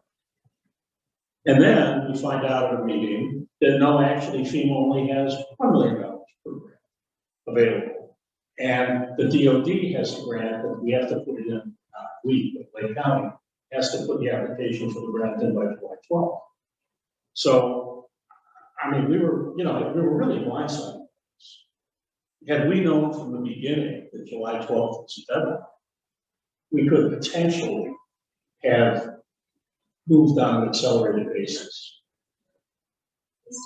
Yeah, I mean, it doesn't preclude us, it's the 28th of June. I mean, like, I worked in, broadcast news, and things would come in minutes before we would go on air. Like, you can make, decisions that are, wise about things, it's not, I just don't know why we wouldn't hold a special meeting. I thought we were having it. I think that's why I had replied today, that I could only attend via Zoom, but I think it's, I don't know why we wouldn't entertain it at this point. Doesn't make sense to me. Especially if you're going to spend July on the debt and how we're going to create debt and how we're going to finance that without knowing what our other upside could potentially be. It seems backwards. So I think we should find out. I think. I'm not clear on what upsides are talking. Well, I have heard that there's mitigation money that they're paying, right, to the use of the land. No. Seems like there's a lot of misinformation going on right now, and nobody knows yes or no. So, I mean, I think either we move this special meeting up to as soon as possible, so we have enough time to actually make a decision here. I don't know why we're beholden to this July 7th date. Right.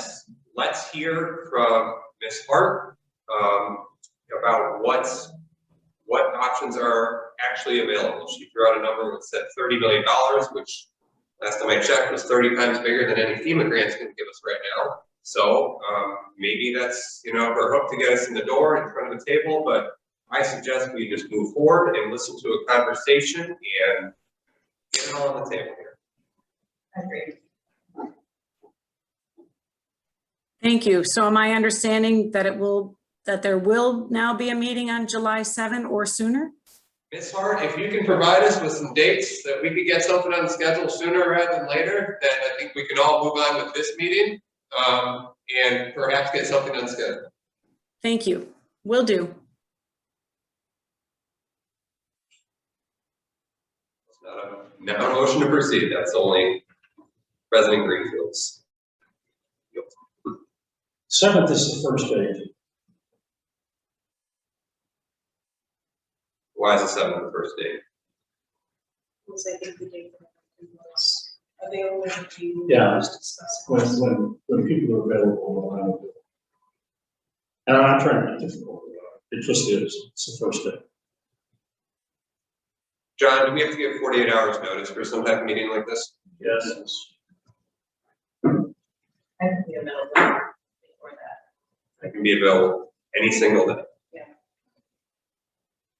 And I believe we put this out to everybody, and that was the only day for everybody.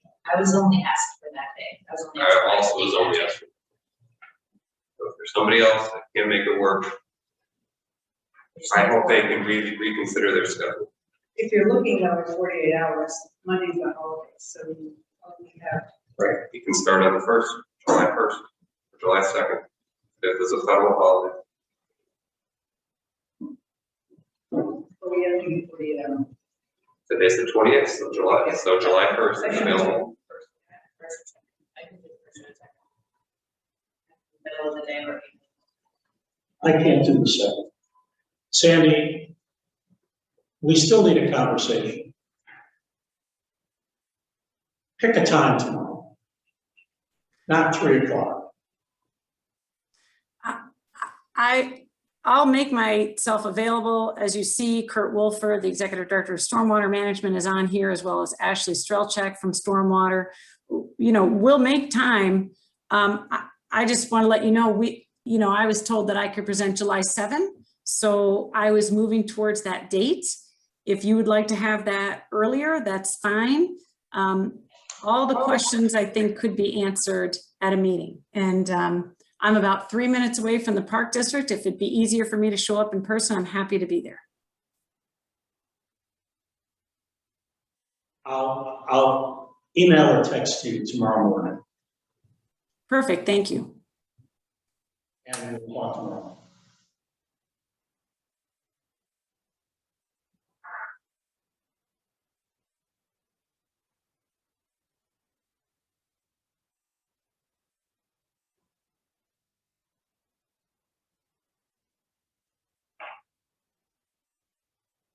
Let's move on.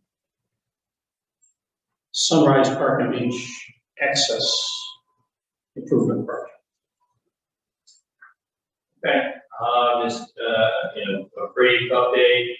We're hoping to be done by the end of June. It's not gonna happen. We've been by the site recently, had a few delays.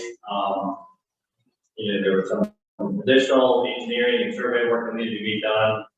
And there have been a few delays with the contractor. Also, the concrete steps that were found underneath the wooden steps that were unforeseen and unplanned for had to be removed. So revising the plans and resubmitting those for review. Just remove those to try to keep the project moving, and much thicker concrete than anybody anticipated. So that took the contractor quite a while. So project's definitely going into July. The site foreman is informing us that they really plan on gearing up. They were starting to do that last week with rain. Then on Friday and on Monday, they were out there. It was out both days. Coming again this morning, it's in Garden's home. The wood was wet. It's sort of slippery. It's dangerous for them to work. And they were bailing water out of the brick, patio area to get that to dry out, and then the rain again filling up. So we need the weather to cooperate, and the contractors geared up to throw more manpower at it and get this project moving, but we're certainly going into July here, and so it's still going to take a little bit more time, but our approach is going to be to push the contractor to finish up as quickly, and hopefully over the next couple of weeks, it's really going to start to come together. The two terraces at the north end are mostly finished, including the retaining wall in that area. There's the patio area at center, the staircase, which is needs to be completed before they start on the tiered steps for the pathway. And then we have a little bit of work on the east side of the fence, or east side of the pathway as well. Again, if anybody's interested in stopping out there, taking a tour, I know Commissioner Beeler has come out, met with Noah, and was able to, take a look at it. And again, so we're available anytime, if you'd like to come by and take a look. We're at the scheduled time so you can see the progress. So we're running a little bit behind, but again, we're gonna push on to really get this done in July. Did the extra cost, I think we have a contingency, do they receive what we have as a contingency? So I've been asking them, they have all the sheets in, but they've not been able to put together, the final cost yet for that, that's a change order. And so it hasn't, I pushed on them again, last week we did today, trying to get a number for tonight. So, figuring that you'd be interested in hearing that. And they gave me a few more excuses on why they couldn't get it finalized. I asked for a ballpark figure, they said about 10,000 for that, and it's about where, did you see what? So the other item that we were gonna talk about, and I spoke with President Greenfield earlier about it, and just wanted to throw it out for consideration. In apparently back at the beginning, the committee was meeting to plan this project along with the landscape architect. There was some discussion of doing the pathway, the top part of the pathway, so where the staircase goes down and it starts the tiered step. There's a short piece of path that just goes. It's actually going south. It's going up from that staircase towards center north. So that was going to be. There was some discussion that was going to be abandoned. It was chosen to keep that section, so it's still a gravel pathway at the top. And apparently there was some discussion on doing a red type gravel, decomposed granite versus the lighter colored rock. Just more aesthetics, than anything to kind of go with the brickwork that's being done down there with the rest of the path. It wasn't finalized and it wasn't chosen, so they proceeded with just the normal route. We saw an opportunity to do it at this point. If the board feels it's important to like add it back in, it's going to be about $10,000 change order. So it's changing both the riprap, which is a larger rock going in the swale on the sides, and the gravel itself in the middle of the path. So that's, it is an upcharge. There's some discussion might be able to save a little bit by picking, maybe $1,500 by picking up the material ourselves or our staff. But again, probably somewhere in the $8,000 to $10,000. Want to change that section of the path. And from what I understand with the past conversations, the other pathways that were being discussed for the table area, the top part of the bluff, we're going to be in that decomposed granite. They're going to be down right to color.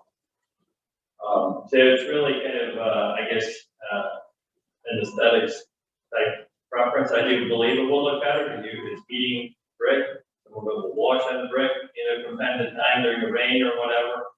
And I think the reddish colored, gravel is going to just look better than the lighter colored gravel that's normally used on the path. When do you need a date for a decision? We need to let them know probably in the next week or so. We're going to proceed with that.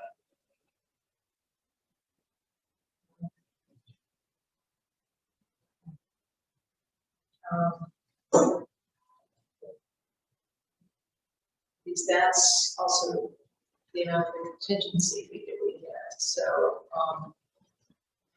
you're having a basic kind of possible. Yeah, what that's for the money from the grant, from the state for the project. So with something like that I consider an upgrade, I would probably recommend, using whether it's that, that again, that $889,000 grant bond from last year. We use it for the parking lot and for the revetment work. So there's probably about $450,000 left of that money from the bond that was for project capital need that thing. So this could be potentially taken out of there if the board were interested in doing that. This is purely an aesthetic thing. It is. It is.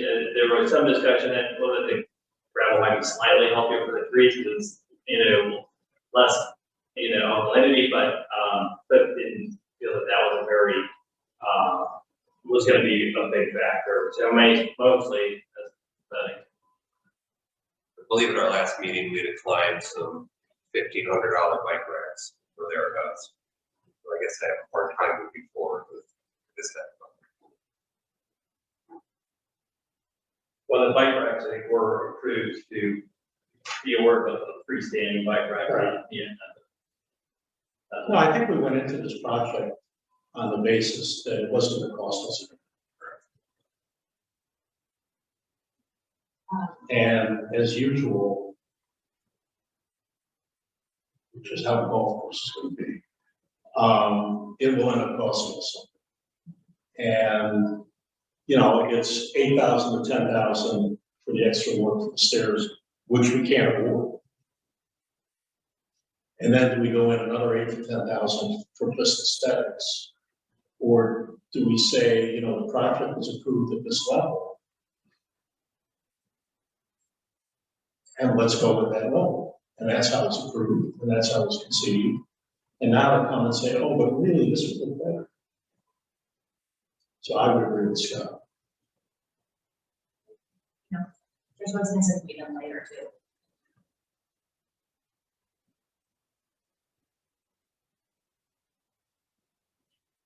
I haven't, Sandy's at the door, it's locked.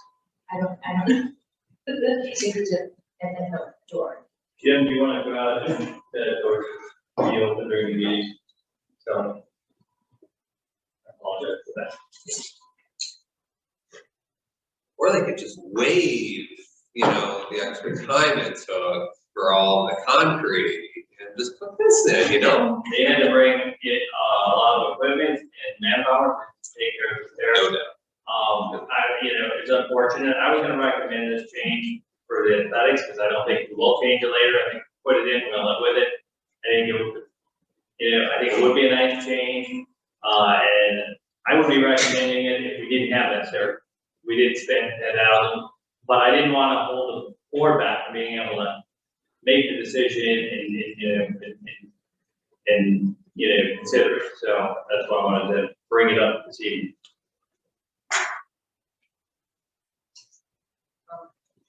My concern is that we're still not done with the project, and we don't know if there's something else that happens. So. There's no motion on the floor. My sense is that we don't have a majority of favor.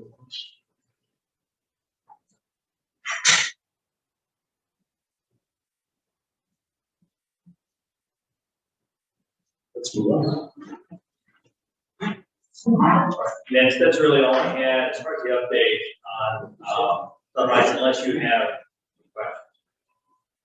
You know, we'd be happy to meet out there too. If you think of things, you can text or again, email me, or I'm happy to meet you out there and go over any project. So there are some pictures in the packet, pages 48, 49 in the packet of progress out there.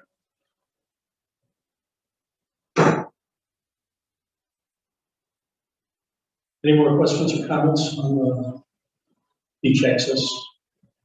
Okay. Okay, COVID-19 update for programs and facilities. Yeah, so this has been, I'll just start quickly, I'm gonna turn it over to Jim. As you know, it's been particularly challenging time for the staff and our COVID committee to try to keep up with the changes and planning our programs and facilities. I have to say that Jim and Tina here is also on the committee, as well as some other staff have just done a fantastic job in trying to evaluate and adjust these safety protocols, make sure that our programs and facilities are safe. And so with that, Jim, I'm going to go ahead and turn it over to you so you can kind of hit the highlights and some of those changes. Sure, pretty much we're back to normal, other than a couple of items. I think the biggest one, item that hasn't been addressed yet with COVID is vaccinations for 11-year-old and under. So with that being said, what IDPH told us is that when we're running our programs indoors, that both the counselors as well as the youth should wear masks because they are not vaccinated. So that's probably the largest one. As we're running our camps and operating programs, we're trying to do as much outdoors as possible. That way the kids don't have to wear masks outdoors. So just even today, it's kind of challenging when it's raining, thunderstorms. But as soon as we get the all clear from our door guard, the kids go outside and it's not raining, and we want to make sure that they feel comfortable not having to wear a mask on a consistent basis. We will be evaluating the fall for hours of operation. We're hopeful that we'll probably move that hours for the fitness center back to 9 p.m. That is during the weekdays. And right now we're on the weekends, we're open at 3, and we're going to evaluate that if we need to reopen at 4 p.m. So that's probably the other big move that we need to do after the summer. Other than that, I mean, you know, bringing back to Lafinia, we heard word last week from the village that we get back onto the village green. So we're thankful for that. I think a lot of people are looking forward to our summer concert series. So that will start July 11th. We do have 3 vendors that we've already connected with that will be out there as well. So we'll have pups from that's Jeff Urso's restaurant on tonight. He'll be selling brats, burgers, hot dogs. And then we have John Vernon from Pizzeria DeVille. He's selling his pizzas. They're pretty popular. And Susie Squirrel that'll be coming out. So we're pretty excited. Everything else is operational. We do need to get the basketball hoops out, but as soon as we get the back cleared with the bricks and the timbers, I think the timbers are gone now. It'll be safe to move those basketball hoops back outside. Any questions at all? Jim, what about water fountains? Are those really allowed? Yes. I mean, you know, when the kids are around, they're pretty disgusting anyway. They are, and we added a water bottle filler right out here. You notice that? It's used heavily. If we're talking about adding another one, but all the water fountains, there's a couple that I believe that are appropriate, right? That we're looking at. Yes, yeah, we have one upstairs and then other 1 or 2 outside that are just having some trouble. The fact that they were shut off for, you know, a year and a half, there's trouble with seals and some of it trying to turn back on. So they had to order some new parts, but most of them are on. What happened to the one at the golf course? What's that? What happened to the one at the golf course that was installed pre-COVID? Yeah, I'm sure that's being used heavily. The bottle.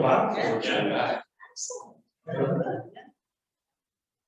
Yeah, so other than that, you know, open gym, it's still, there's still some rules that we have with the open gym, but we're opening that more and more as we're getting information. As we have 11-year-olds that come in there, then it makes it a little challenge. So what we want to do is we still want people to just occupy one of the basketball hoops. You know, not try to intermix. That way, if we have adults using it, they don't have to wear face masks. So that's what we're trying to, that's a tricky one. Anything else on COVID? Positivity rates are low.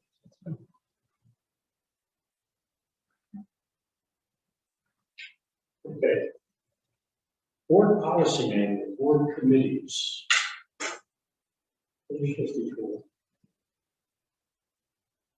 Yes, that was just. Oh, this, yeah. Yeah, that, you know, this just come up recently, so we wanted to just kind of make sure everybody had this information in front of them.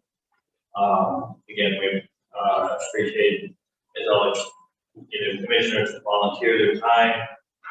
If you're able to help participate in these facilities programs and then help evaluate them, we do appreciate that feedback. So I've just included that just for everyone's information.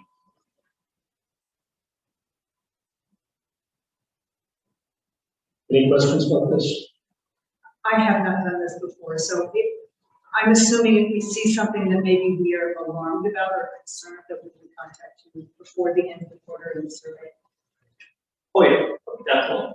If you. I don't anticipate it, I just want to. So also, maybe it hasn't come up yet, but in your committee meetings, there'll be a little time where you can talk about it. So let's just speak to the rest of that, too. You don't have to wait till then. But the idea is really to move around between the different activities, rather than just sit in one activity and do that constantly. That's not what this is for. It's to allow us to use, get out there and do different things. So we understand. And I'll throw this out there because Don is very good with follow up. Unless all of you want to form a league for softball, I'm not going to be. So it should be a commissioner's. Okay, is there any written communication? No. We have none. All right, we are going to go into executive session. We don't take any formal action now, correct? Yeah, we'll go into executive session. We vote to go into executive session. Paul. Do you have like a Zoom? Do you have a Zoom for me to go into then? A special Zoom or? Yeah, I know he's scheduled one. I'm not sure if we'll be able to make it work. Can I call in? We can do that, I believe.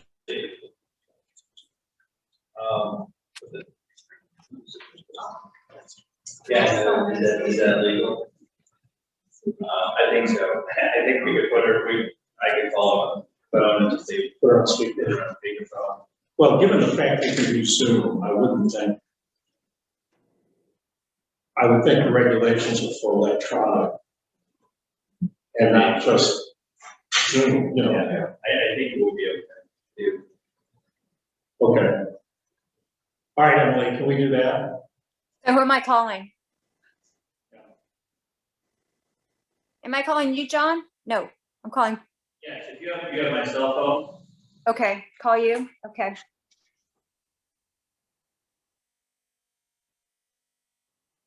Okay, can I please get a motion to move into executive session? So moved. Second. You have to read exactly what's going on. Yeah. I'm sorry. Oh, we have to have the whole, We have to read that. this is Nikki's. So I will be going to executive session for the discussion of meetings lawfully closer to the Open Meeting Act, whether for purposes of approval by the district or the minutes of, or semi-annual review of the minutes as mandated by section 2.06 for 5 ILCS 120-2 C21, and B for the employment compensation, discipline, performance, or dismissal of an employee pursuant to section 2C1 of the Open Meetings Act. Second. Marcia, roll call. Commissioner Miller? Yes. Commissioner Lane? Commissioner Raymore? Yes. Commissioner Welch? Yes. Commissioner Weber? Yes. Yes. And I think we have to. Okay. So this time we're gonna stop the Zoom.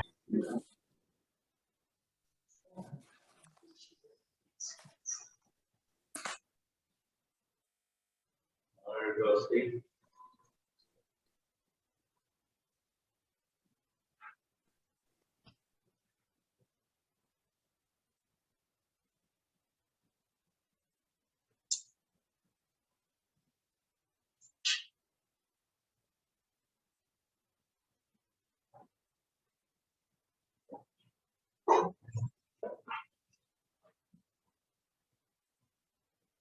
Okay.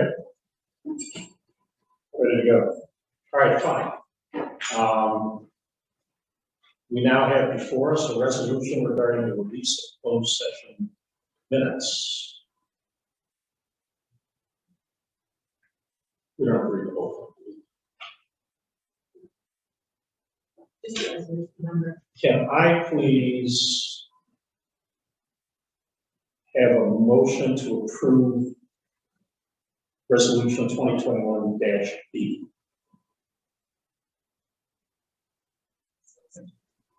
Second. Marcia, roll call please. Commissioner Wheeler? Yes. Commissioner Lane? Yes. Rainmore? Yes. Commissioner Walsh? Yes. Yes. President Green? Yes. With there being no more business, can I please have a motion to adjourn? So Second. Marcia? Commissioner Wheeler? yes. Commissioner Lane? Yes. Rainmore? Yes. Commissioner Walsh? Yes. Commissioner Weber? Yes. President Green? Yes. Thank you all very much.